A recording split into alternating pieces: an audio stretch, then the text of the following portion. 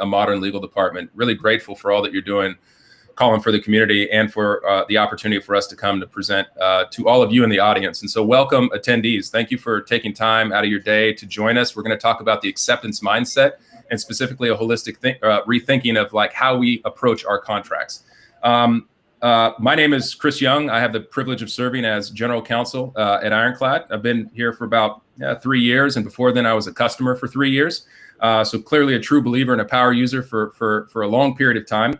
But more importantly, I'm joined today by my colleague, Brian Powers, and DoorDash's associate general counsel, Kathy Zhu. This is a star-studded panel, really, and we're going to be talking about a mindset today.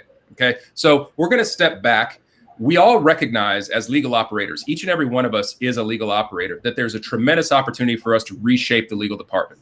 And it's really up to us to do it, right? And I think reshaping any department, whether it's legal, marketing, sales, not only requires a plan and execution, but even before then, it requires all of us having a vision.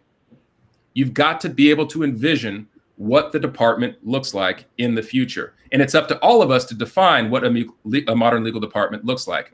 And to that end, today, we're going to discuss sort of this philosophy or this mindset of acceptance, really the acceptance mindset and what that means and how it impacts each of our jobs. So what I'd like to do first is turn it over to Kathy. If you could introduce yourself, and then Brian, you do the same. We'll jump into the agenda and then we'll get to the discussion. Sounds great. Thanks so much, Chris. Super excited to be here. And thanks again, Colin, for hosting and making this happen. So a little bit about myself. I started my career at Wilson Sonsini, which is a law firm in Palo Alto, California, as a corporate attorney.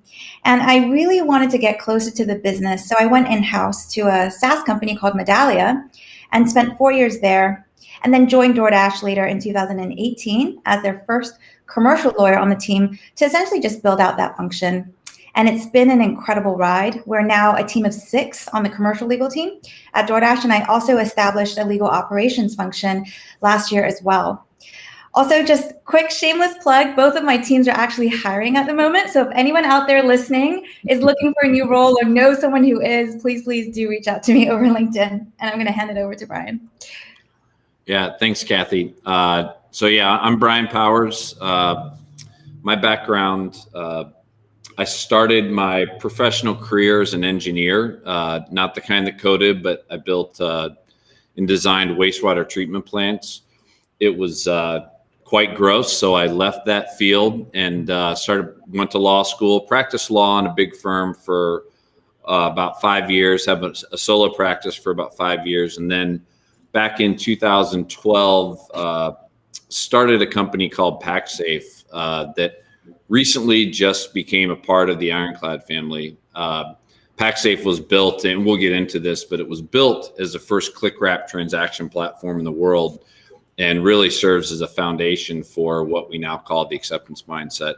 So excited to talk to everybody today, and I'll echo the thanks to Colin for having us and for building what you're building. It's great. Excellent. Thank you, Brian. And we talk about this all the time together, but we're tremendously excited about our having joined forces and really looking forward to the future. Hey, look, let's seize on this point of acceptance mindset. And Brian, can you help us unpack that, right? Like, what does it mean? What does it mean? What does an acceptance mindset mean? And how can we all think about it as it relates to our respective companies or organizations?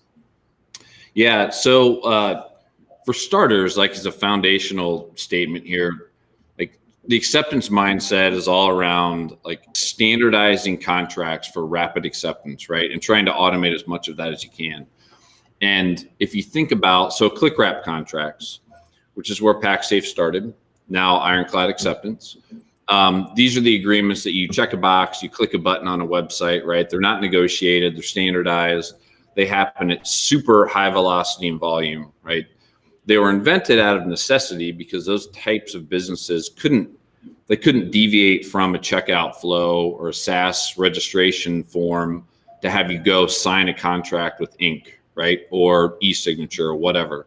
You had to inject contract acceptance organically into some other transaction, right? And so that's become, everybody knows what those are. We've all executed thousands of those over the course of our life when we're buying stuff and signing up for things online. Now, what the acceptance mindset is meant to do is allow legal departments and businesses to adopt that type of contract acceptance or signing for different types of contracts in their business, right? So, and it starts with thinking about, okay, how can we get away from just thinking of a contract as a piece of paper that has to be drafted, negotiated, and signed in ink, right? That's the way everybody's thought about contracts for thousands of years. And starting to think through, where are the opportunities in a business to say, hey, I can standardize this. I don't need to negotiate this, and I can just deploy it to be accepted. Now, acceptance doesn't necessarily mean that you have to have a checkbox or a button, right? It's, again, this is more of a mindset about thinking, how can you embrace what's happened online? How can you embrace, all of these billions and trillions of clickwrap agreements that have taught us that certain types of contracts truly can be standardized, injected into the stream of commerce, and you don't have to negotiate them all the time, or maybe you can minimize negotiation, right? But thinking through, like, how do you get rid of that mindset? And we call it the ink mindset, right? That every contract is something that needs to follow the exact same process that it always has. So in a nutshell, that's like foundationally what the acceptance mindset is. I love it. And when we think about sort of changing the landscape of in-house legal departments, right, where we all work, right, we think about those of us out there who have emerged as thought leaders, who are trailblazers, who are leading the way. And so with that, I'd like to pivot and ask you, Kathy, it sounds as though you've adopted this mindset, and in so doing, have solved some problems at your organization, DoorDash.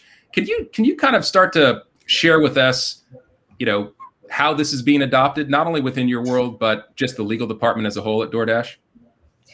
Yeah, absolutely. I'm happy to. And, kind of before diving in more concretely into the problems, let me just set the stage here and give some quick background into DoorDash's business model, because I think that'll set the stage for what I'm about to talk about. So DoorDash has a three-sided business model, which means that we serve and we connect Dashers, which are our delivery contractors, with restaurants, which we call merchants, and consumers. And we operate in all 50 states and in multiple countries as well, which means that we're actually talking about contracting at massive, massive scale, right? Hundreds of thousands of merchants are on our platform. So back to what Brian was talking about, how do you have resources, right, to negotiate, mark up hundreds of thousands of contracts? We're, like I mentioned, a team of 6 now, but when I first joined DoorDash, I was a team of 1, right? Handling every single aspect of these contracts, merchants, vendors, partners. So when I first joined DoorDash as well, our sales reps were signing merchants through an incumbent solution where executed contracts all ended up in their individual email inboxes versus a centralized repository. Now, we do have Salesforce as a system of record, but we're talking about a manual download from that other incumbent solution and then re-uploading that into Salesforce. And if you're talking about, reps that are signing large quantities of contracts every single week, I literally had them stare at me when I was saying, you got to get it transferred into this repository, because otherwise, how do I know that it's actually been done? And they were saying, Kathy, do you have any idea the number of person hours that would take to do something like that? So that was really, Chris, part of the burning problem I was trying to solve. Wonderful. So when we talk about this problem you're trying to solve, it's one thing to identify the problem. Were you able to sort of articulate the problem to the entire, say, sales organization so that they understood what your challenges are relative to theirs? Was that a part of the process? Yeah, that's a huge part of the process, because, adoption is the key, right? I think that you can design the most successful, the most wonderful piece of technology, but if you don't have adoption, if you don't have true buy-in from all the other key stakeholders in the company that are going to use the solution, then that solution is just not going to be successful, right, within that company. So what I was really trying to do is explain to the sales teams, what do they care about? I was trying to think about how to address their core concern, right? Which is reduce friction and sign contracts faster. But at the same time, I knew what I really cared about, which is increasing compliance and mitigating risk. And I wanted to achieve all of that using this digital acceptance solution. It sounds right. And what I heard you said before is, starting off as a team of one with all of this, all the things to handle, including high volume, sort of, form agreements. Brian, in your experience, like, how does the acceptance mindset help solve this problem of just manual work with respect to contracts generally, but specifically, high volume, low touch contracts? Yeah. So a great question. And if you think about it in the context of the problem that Kathy was trying to solve, right? The themes there focus around efficiency, speed, simplicity, right? You improve compliance, you improve the way that deals are flowing. You solve a lot of these problems by incorporating these concepts of speed, efficiency, and simplicity. And really that's the goal, right? So it's what the mindset allows you to do is stop thinking, again, like, stop embracing this ink mindset and thinking that everything has to flow in the same way that it always has. Because a lot of times we think about solving a contract related problem the exact same way that we would have if we had just printed everything out, redlined with typewriters, and mailed things in the mail, right? A lot of times contract processes that have been digitized and they're on a screen, but they follow that exact same flow. Right. So thinking about what does technology actually allow you to do?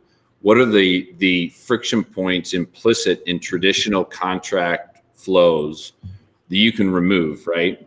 And sometimes that involves automating a part of the process. Sometimes it means maximizing, maybe not fully automating, but maximizing to the, like, trying to remove the need for human interaction, both when you're preparing a contract and getting a contract signed.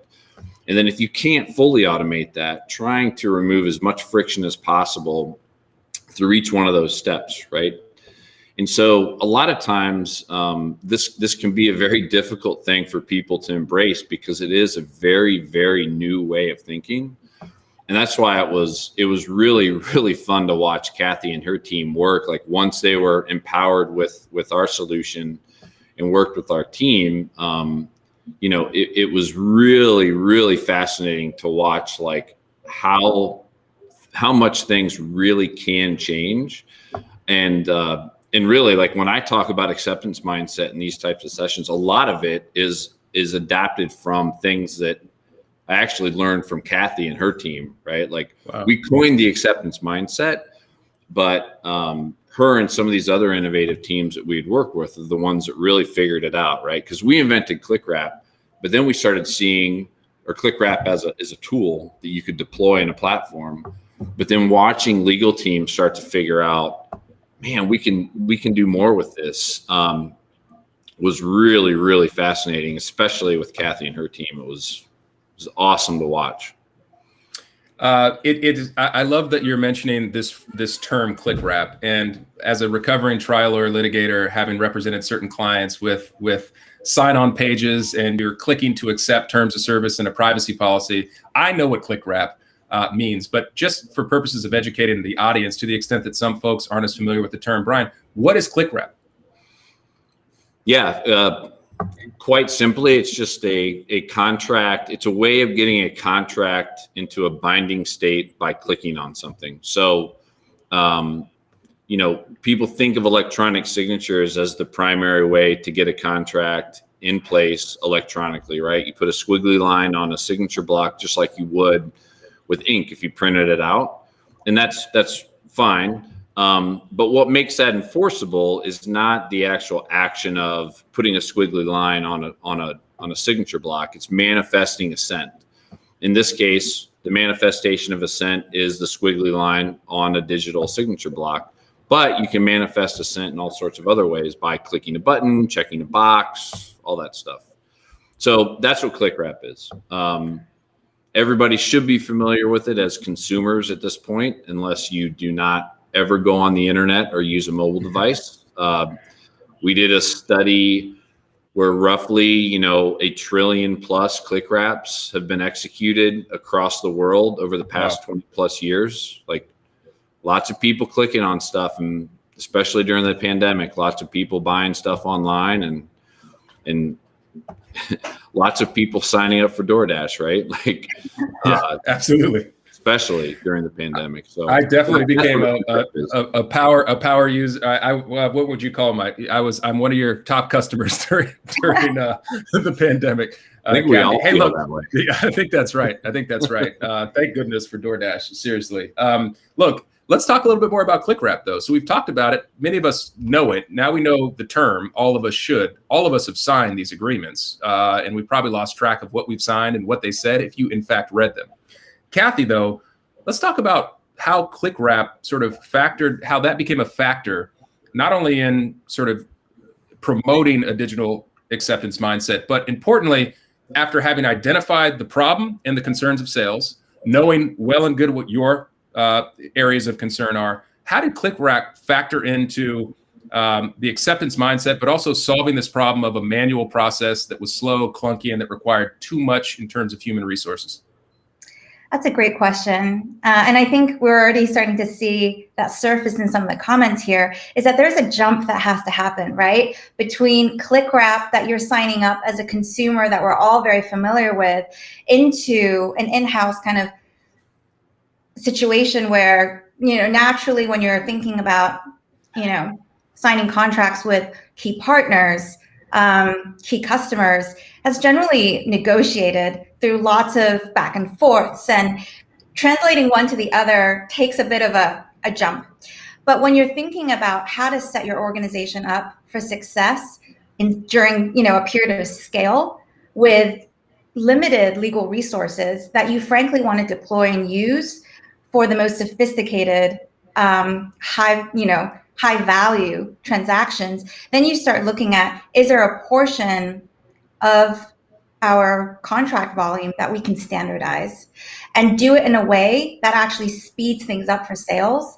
And I think that finding the right solution is the key to doing that. And in fact, with a certain type of customer, if you're presenting them with a heavy duty contract and you're getting them to really dive in and starting to ask questions, you're actually causing concern because they may not understand all the language. We're lawyers. We don't draft in plain English all the time. But if you're presenting them with a digital solution that resembles something that they are very familiar with as a consumer, signing all the time when they're, engaging in online experiences, then this moment where it's like, oh, this is not scary. I can just click accept, just like I do all the time online, and then move forward. Oh, Chris, you're mute. You're on mute, Chris. You would think after 15 months and countless DoorDash orders, I would know to unmute my microphone for these types of webinars. So my apologies. But what I want to talk about, Kathy, is can you help us understand, look, clickwrap is not a new concept per se, but it's something that's come into the fore as a way for us to accelerate contracting processes internally, to be able to scale with systems, if you will. Right. And so tell me a little bit about how you socialized and how you got buy-in from the organization, your legal organization, but importantly, your clients. And here we can maybe focus on sales. Yeah, absolutely. So I knew why I wanted this solution, right? From a risk mitigation and compliance perspective. But I knew that just telling that story alone wasn't going to be compelling, right? For all the different stakeholders. And to your point, Chris, especially sales, because we're really talking about a massive change in internal processes that also touches on the most sensitive and important aspect of a business, which is getting deals done, getting contracts signed quickly. Yes. So actually what I did, and this ended up being really fun, I put on a slightly different hat than the one that I normally wear. And I went around and did a mini roadshow to actually showcase the solution to all the different orgs that I needed buy-in from to ensure that this project would be successful. I started with a legal team because I wanted to make sure, obviously, all the way up to the top that I had buy-in. Everyone on my team understood what I was trying to do. But then once I got that buy-in, I then started to have conversations with leaders from sales and the other orgs that would be impacted. I needed to build champions, especially in sales operations, because I needed to lean on them to actually run this, this project and the rollout. And I really talked about how using this new solution would enable the contracts to be signed faster, lower friction, a lot of what I just talked about just now, with, gaining more confidence and comfort, right, with our merchant base, with our agreements.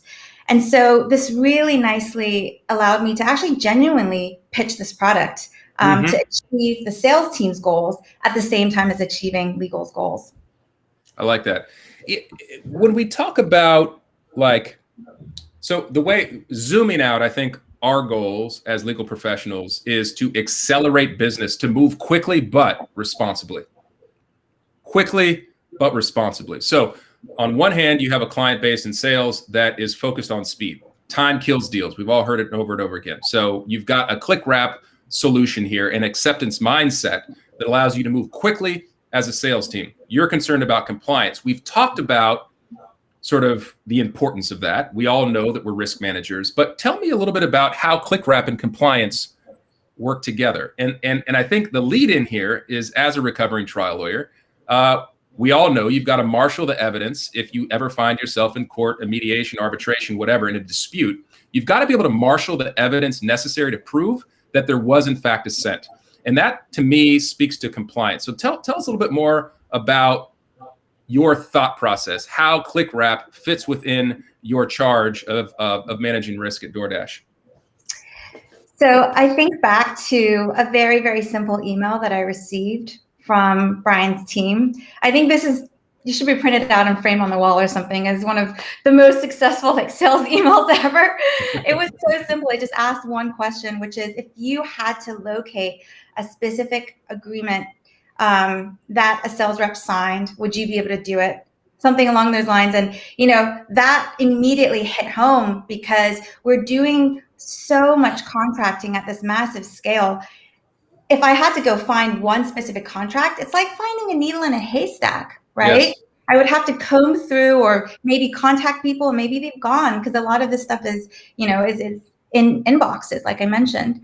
So that's the core of the compliance. And I really had to explain this to the engineers who are working, or the product teams who are working on, the sign-up screen, that we need to track and actually ensure we save copies, not just a checkbox that someone signed up with their name, because, it's all saved in a spreadsheet, right? But actually the terms that were agreed to, and ideally also sending a copy of those terms as well to the merchants who signed up, so that they know what they signed up to. That improves the merchant experience. And that's, what DoorDash is all about, right? Is serving our customers. So to your point, Chris, that was really also the heart of the compliance problem, making sure everything was documented, saved, so that we could find it later on very quickly and easily.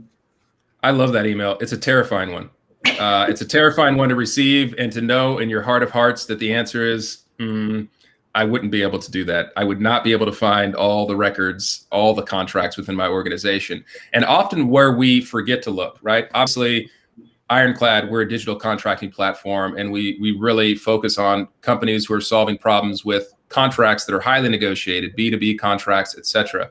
But as a lawyer, a former GC of a company that had a strong B2C business, also with a lot of B2B contracts that we manage through Ironclad, the B2C part, I will admit today, because I'm gone from the company, that I didn't know where these millions and millions of contracts existed. I had no way of parsing through 100 million users and who signed what version of which contract. That is terrifying to a lawyer. That is terrifying to a legal professional in-house. And what I love about our joining forces is there was a joke made to me by one of the founding members of the PackSafe team.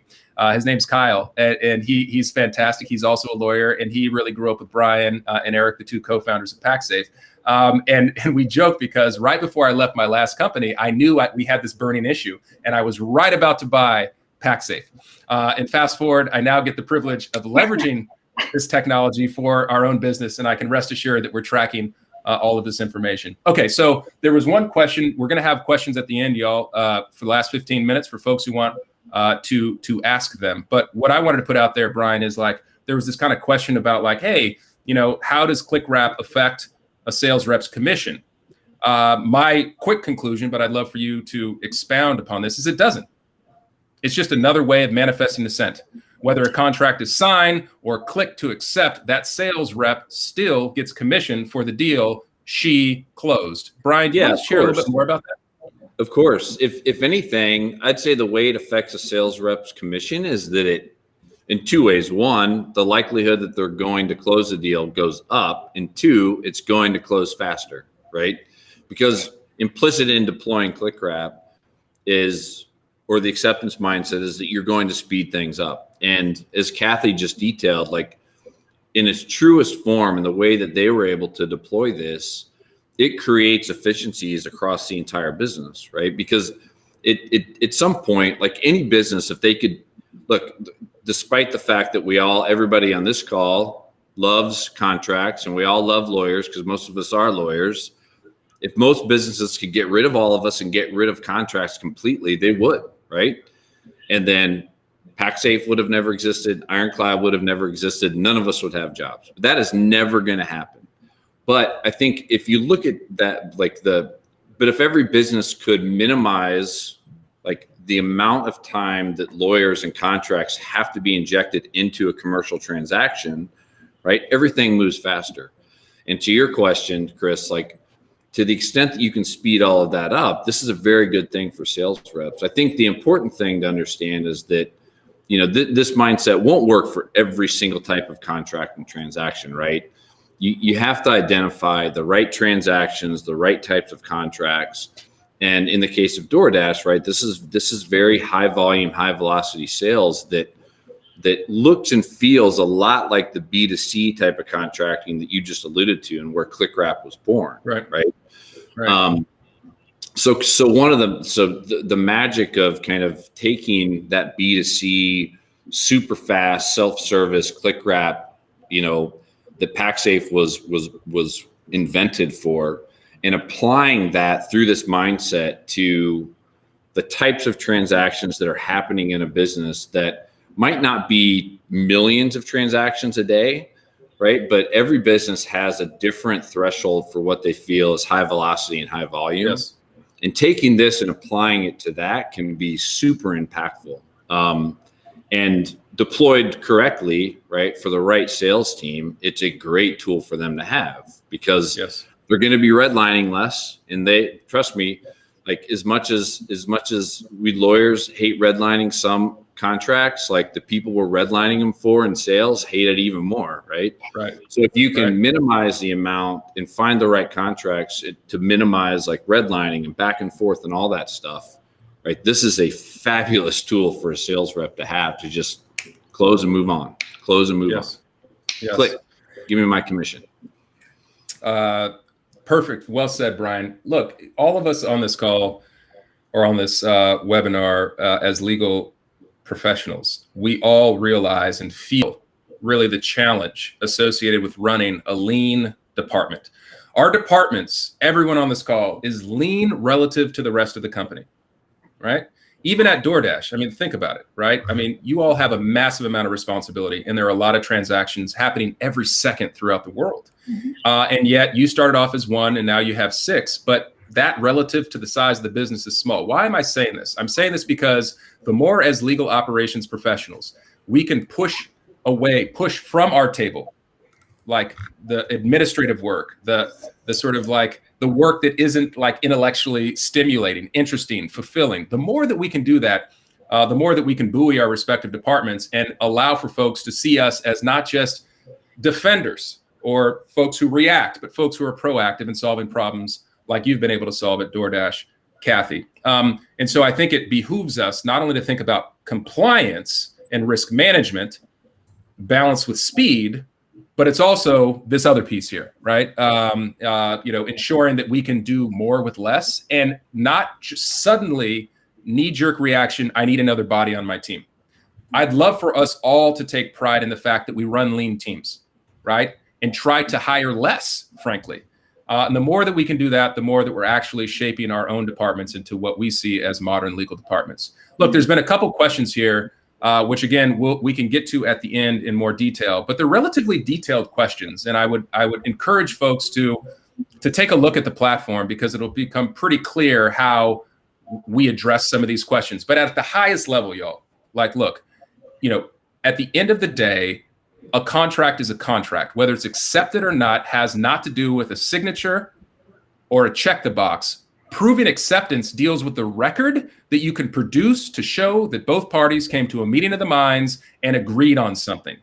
And so to the extent finance needs to do that to record and then provide commissions, to the extent that you need to produce this type of documentation to a judge in the midst of litigation or anticipated litigation, look, whether it's a digital signature or whether it is actually clickwrap, we provide everyone, even the consumers, with a record of that transaction. So that allows you to pay out commissions if you're in finance. It allows you to, do all the things you need to do in just the normal course of contracting. And so let's move into, I think, a topic that all of us think a lot about, because we can sit here and we can envision the future. We can talk about all the things we want to do with our department, but it requires some level of change management. And now we've talked about identifying the problems of the client and the problems that we're concerned of or our areas of concern.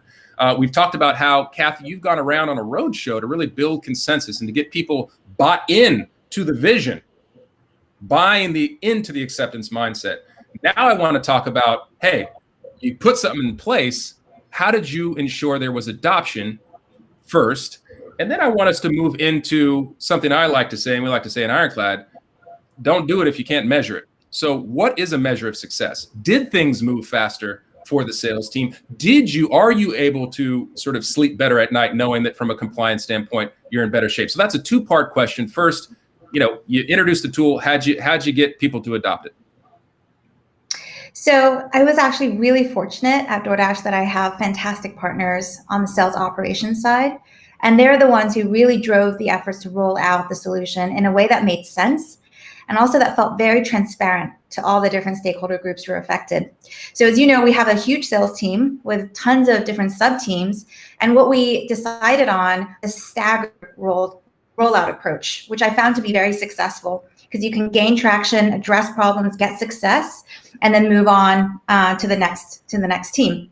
So obviously we provided all of the necessary training so that folks knew how to use the software. But something else that we did that worked really well was that we created a dedicated Slack channel to address any questions or issues that arose. And that on that channel, we're not just the key members of the sales operations team, but also solutions consultants from Brian's team, from the digital acceptance team as well, because obviously they're the experts, right, and in their solution. So every group that we rolled out to, no matter how great the trainings are, no matter how much you talk about it, they're going to run into unique questions and solutions, right? Challenges as they're encountering this in the field. And Slack, as well as Brian's team, allowed us to address those questions very, very quickly without interrupting the sales experience. And I think that's really key, because when you're working with a sales team especially, and I'm sure everyone on this call knows, you have a very narrow window of opportunity to establish trust in a brand new solution. If you jeopardize someone's deal because they're waiting for a question to be answered or because the solution is not working, you can bet that person is not going to be a champion for you, right? So now to the second part of your question, Chris, how did we know that things were successful? Well, this is also an amazing part of DoorDash culture, is operational excellence and conducting what we call weather reports whenever we're embarking on a new project. So these weather reports contain key metrics. And what we were tracking was the percentages of contracts that were actually signed using the digital acceptance solution and how the volume of that increased over time. So overall, it was just clear through these weather reports and the numbers that we were tracking that the rollout was a success. And, I know that it's a success because it's now deeply embedded in our vernacular. I have people slacking me all the time from other orgs, leaders who are like, hey, can we standardize? Can we move this into, the digital acceptance solution? That's amazing. The best part of introducing a new tool. Now, someone earlier said that no one has to learn anything and they don't have to do anything. I wish that were the case, but I've never seen any case where you're implementing game-changing technology that doesn't require some type of change. The less, the better. And it sounds like this was the case here. Who is the audience for the weather reports? Like, were you able to go in front of the company and say, hey, here's what we're doing from the legal department? Was it a select group of stakeholders who you deliver the weather reports to? Yeah, so the key stakeholders that would be impacted by the project. So we had all the leaders across the entire sales org, sales operations, strategy, and legal, obviously. So it was great. Excellent. My 2-year-old just came in. So there you go. That's the life in the pandemic. Jacob, you're famous. Sorry about that, y'all. So let's move into kind of the last piece before we open it up for questions. You know, Brian, you've worked with hundreds of customers. You have a team of solutions experts. You have seen how, in the extent to which the digital acceptance or acceptance mindset has been adopted by organizations like DoorDash and beyond. If there were one thing for this audience to sort of take home to their teams, from a philosophical standpoint, or even a specific, like, here's a process that we need to implement or technology we need to implement, what would that one big thing be? What we want to do with these webinars, y'all, always, is after we talk and talk and talk and we address some of the questions in the chat, is for each of you to be able to, like, take away one big thing from the discussion. So Brian, putting you on the spot a bit though, but you know, what can the audience take away from this discussion? Yeah, it's more of a question to go back and ask the right stakeholders, and it's asking I guess 2 questions, right? One, are you familiar with what a clickwrap agreement is? And say, hey, this is when you buy something online, you check a box, and hey, did you even know there was a contract there? Yeah, that's a contract. Very simple 30-second discussion. And then asking them very, very directly, if there's one contract that we could turn into that type of experience, what would it be? Right? And, yes. And I think just that exercise right there is a great way to start thinking about the acceptance mindset, right? And how can you start transforming things to be in line with what more or less your customers are already expecting, right? They expect a better experience. They expect to be able to move faster. So going to your team and saying, what's the one contract we could do this with and why, right? And then just starting a discussion around that. And it's a great discussion starter. And I think you'd likely be amazed with the different ideas that will come from just sparking a conversation like that. But it's that simple, saying, hey, when you downloaded that app yesterday and you checked a box, to accept the terms, that was pretty simple, seamless, and quick, right? Yeah. Well, that's a binding contract. What are the contracts we should do that with? Give me, just, and start with the one, right? Yes. And then you go from there, really. I like that. Kathy, go ahead. Sorry. No, that's it. That's how you start. Like I said before, our jobs are so much easier when it's our internal clients coming to us asking, based on the success of another department leveraging a tool, whether they too can leverage that tool. That's the sweet spot. Kathy, one big takeaway for the audience, and it doesn't have to be pithy or short, like you can expound a bit, like what's one big takeaway for us? I think that, we talked about this already quite a bit, but there's there's a path to getting contracts signed faster, with more ease, reduce friction in a way that makes sales really happy, but also in a way that mitigates risk and makes the legal team really happy as well. Efficiently allows us to use our resources. I love the idea, Chris, of using technology to actually empower us to have the kind of experiences we want as legal professionals, to deliver the value. No one's getting promoted because they negotiated 30,000 NDAs, right? And that's the reality. So Yes. how do we standardize and get rid of all of those types of agreements using the acceptance mindset?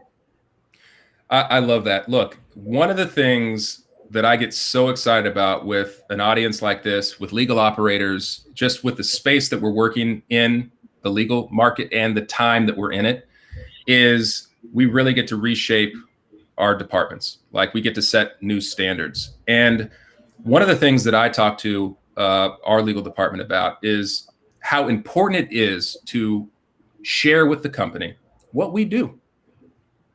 It's important to share what we do and the impact that we have. What is not shareable is negotiating 30 NDAs. That's not shareable. That's not moving the needle. That's status quo. That's table stakes, right? That's just what legal is expected to do and has been expected to do for decades. But now we have an opportunity to not just do the bread and butter, the table stakes work that doesn't get any shine and probably doesn't deserve it, frankly. It's just keeping the lights on. What if we can actually free up to show companies that we're not just reactive, we're not just defenders of the goal, like we're actually proactive, and we can actually partner with you to help you become more successful. And then to be able to present that data to the company. Hey, here are the measurables. Here's how we've been able to show through a weather report how much this has improved. And then you start that viral loop where people are like, hey, I want some of that. I want some of that. That's a beautiful thing for everyone. My main takeaway, though, right, to everyone on this call is this. And it comes in the form of a question. If you had to produce records of all of your signed contracts tomorrow, would you be able to do that? And each of you should be able to say yes in the not too distant future, because no longer are we in a position where we can say no because there's no technology to help us. So with that, I would love to open this up for questions to the extent there are any. You can, I guess, ask through chat. I'm not super familiar with this platform, or you can maybe chime in. I think it's probably just through chat. Am I right? Okay. Before we see new questions, I suppose we can jump into ones that were asked before. Colin, what do you think? Yeah, let's jump in. I think we've addressed Kat's question that came in at 11:27. Yes. I just, she followed up with the Salesforce question afterwards, and the question about all the stakeholders like finance. Can you elaborate a bit more on that? Like how clickwrap, how clickwrap sets you up to deal with the different stakeholders in legal? It's literally not the way I see it, and I'd love for Brian and Kathy to chime in to the extent you'd like. The way I see it is it has no impact. Like all it does is allow you to move faster but do so responsibly, and that really delights your clients. There is, again, acceptance is acceptance, and manifesting assent to a contract, which is one of the key elements of a contract, right, can come through wet ink writing, like with a feather and ink, just write it out your name. You sign the contract. And then now what's almost ubiquitous is the electronic signature, the squiggle thing that you write or they write for you that indicates that you assent to this contract, right? That there's a binding contract. Well, now we don't have to just think that clicking to accept is just for me, you, and everyone on this call when we sign up for a new app on the iPhone or whatever it is. Like that can be leveraged for business to improve efficiency, to really mitigate and manage risk, and for folks, your clients, to think, hey, I'm going to go to legal as soon as possible because you know what? They're going to, I know, protect the company, but what they're going to do that's important to me is actually help me get things done faster. Okay. So to that question, Colin, I would just say this is just another way to manifest assent. It's provable, like everything else is, a wet ink or a squiggly electronic signature. Anything else to add, Brian or Kathy? I think you nailed it. There's nothing to say that adopting clickwrap, right, is just part of this overall acceptance mindset idea. And like with our platform, the way it works inside of Salesforce, right, these don't have to be like one version of an agreement, take it or leave it, right? Like there is the ability to, where acceptance mindset works is for fully standardized agreements or mostly standardized agreements. So I saw a comment in here about MSAs and order forms. Those are perfect for this because typically, like in Salesforce, you're just going to pull in all of that data and the information from the Salesforce opportunity, drop it into the order form, and then it goes out. So you don't have to think about this as, hey, I'm totally replicating what I would get when I'm buying something on Wayfair, right? With take it or leave it terms when you're buying a couch, right? These are, you can do that with this, right? And maybe you want to do that for your NDAs, but maybe you want to take a slightly different approach with order forms and the agreements that are slightly customized. And then the big benefit of all of this is that now legal teams get to focus their time and energy, and really they get to focus like the way they're using CLM and every other thing in the contract tech stack on the agreements that really need it, right? The ones that are changing over time. So yeah, do you have anything to add there, Kathy? I think that's great. One thing that I would add is it's helpful to also, once you've transitioned to adopting this acceptance mindset, is to think about thresholds. So where are you comfortable where below that threshold, you're just simply not going to negotiate? And you have a great talk track that you prepare with the sales team to explain, we value your business, but this is the only way for our business to continue to scale and provide you with the service customer that you would want. And that's by creating more efficiencies. And so unfortunately, we're not able to negotiate. Hopefully you've created fair terms that are balanced that can be accepted at the outset, right? I really, philosophically don't truly believe in starting all the way towards a very extreme position and then expecting it to be haggled down to the middle. That's just a waste of time, in my opinion. Give people what they can agree and accept right from the outset, and then cut all the negotiations. 100%. Right? That would follow. Yep. So that would be my 100%. So I have a follow-up question, a bit of a statement for us. So I was an early adopter of PackSafe and always been a fan. So when I was at Rubrik about 5 years ago, we took on PackSafe to solve our channel sales agreements. The efficiencies were astounding. Been a big fan ever since. But my question is, how did Ironclad and PackSafe end up talking about this, and where's the value for Ironclad going forward? Look, yeah, go ahead, Brian. I can give you a little bit of insight there. There's we have a lot of really, really interesting, innovative things in store where I think where PackSafe and Ironclad were so aligned was in like this. The acceptance mindset is a perfect example of this, right? Like in the way we led off with this, right? Holistically rethinking your approach to contracts is something that is ingrained in the DNA of both PackSafe and Ironclad. We occupy completely different parts of the spectrum when you think about contracts, right? Super high volume, high velocity things that are happening millions of times a day versus the things that people are actually dealing with, legal teams are dealing with, minute by minute, hour by hour, day by day inside of CLM. And the beautiful thing about combining these two approaches, platforms, products, is that over time, we can bring all of that together, right? Where a contract is just a contract.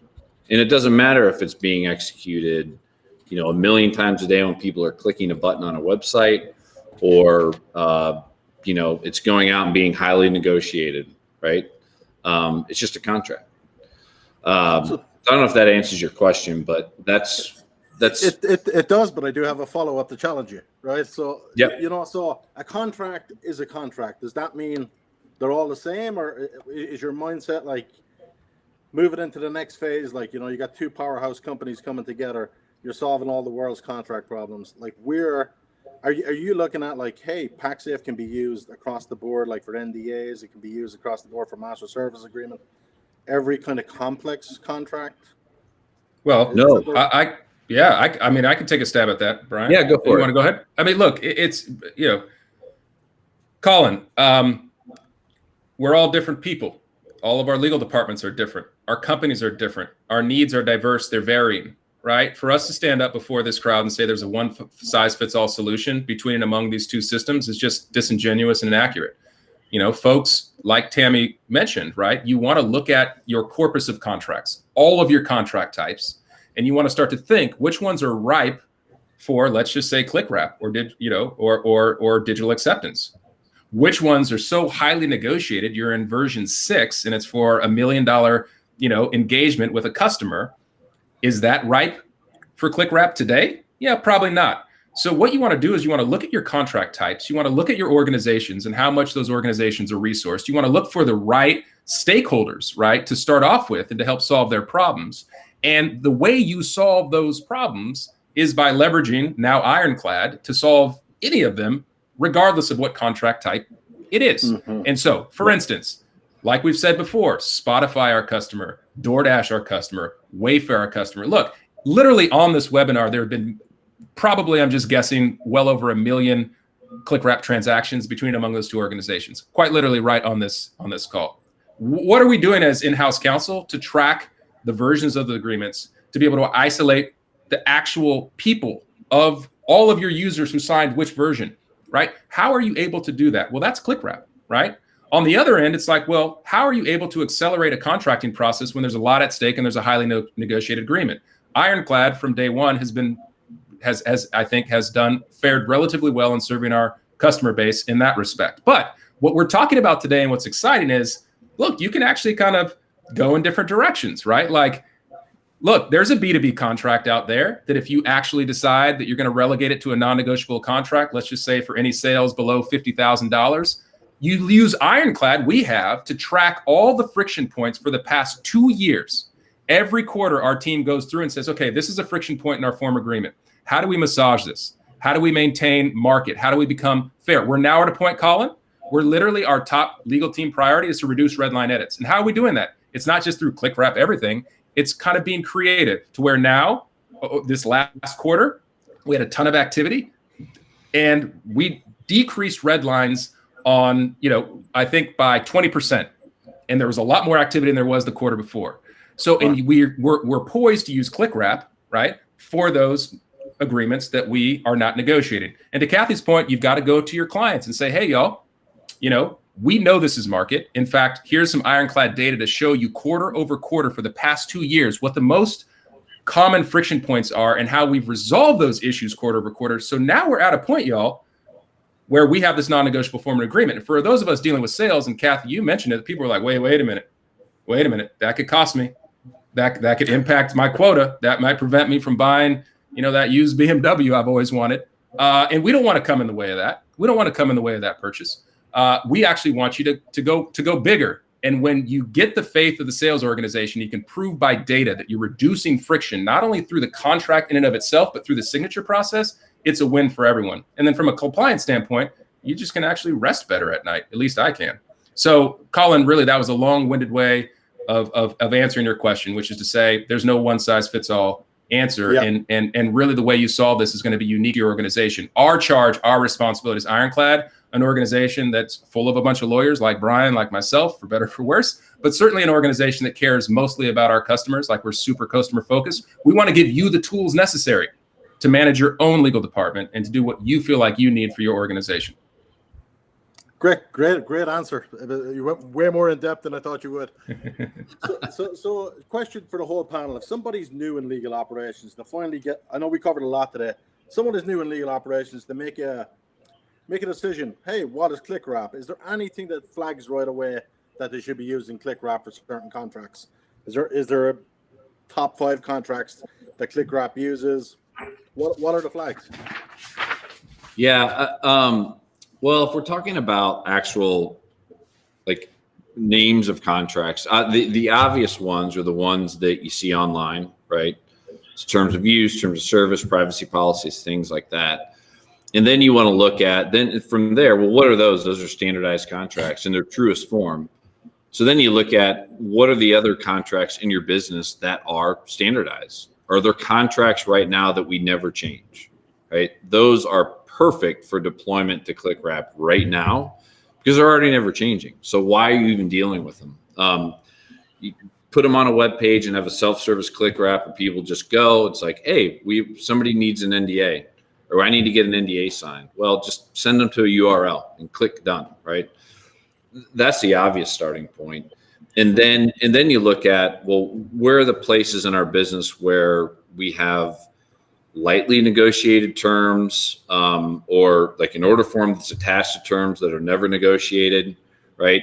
And you start there, and maybe you move those to a form where they're now standardized, right? Or there are opportunities in the business to take things that are being changed over time and eliminate that.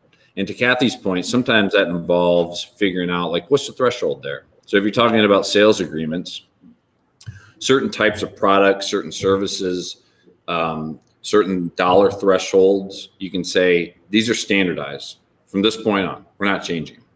And that becomes a perfect opportunity to deploy clickwrap.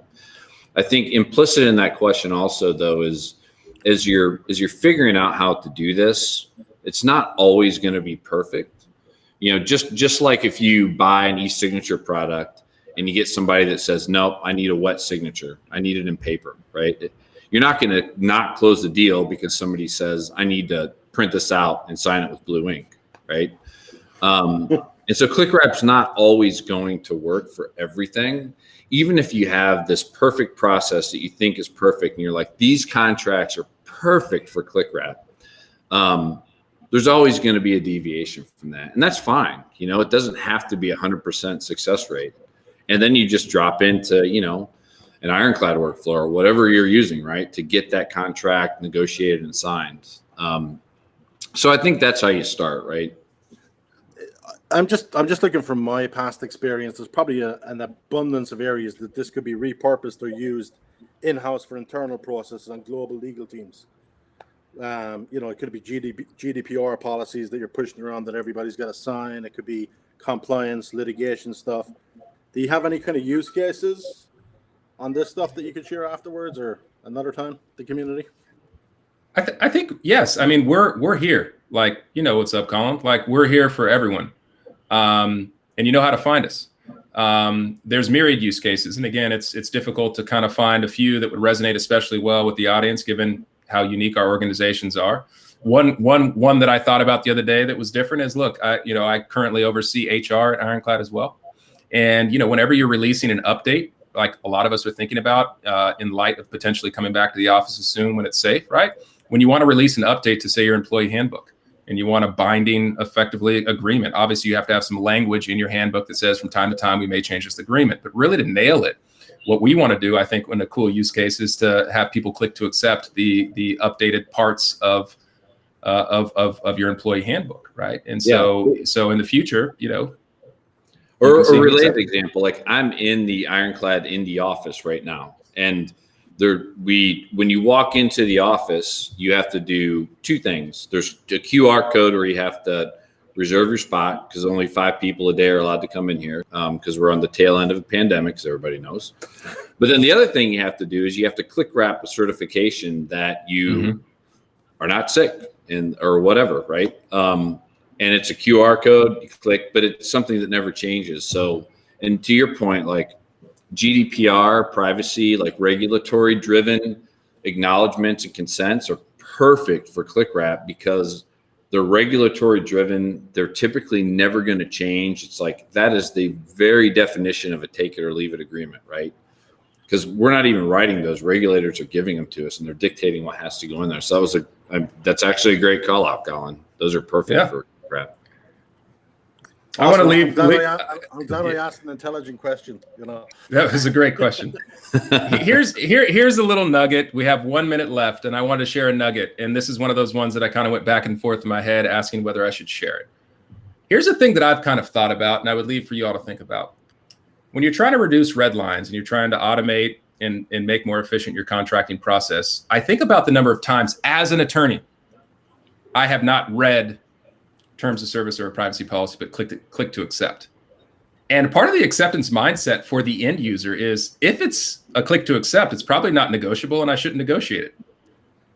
So think about how the mindset of the end user could impact our own legal departments by presenting what otherwise may be a negotiable agreement and someone thinks to negotiate if it arrives in an email as an attachment to a lawyer saying, please see our master agreement versus here's a click to accept agreement that's non-negotiable. When you start to create those hurdles and you combine it with that psychology that I'm just clicking to accept these things, you can find out, I think, the hypothesis, I think, is you can get business done a lot faster and really manage many more contract types than we've even mentioned on this webinar. So, look, y'all, it's been great to be in front of you. Thank you so much, Kathy, for your partnership, for your thought leadership. Thank you, Brian, for your partnership.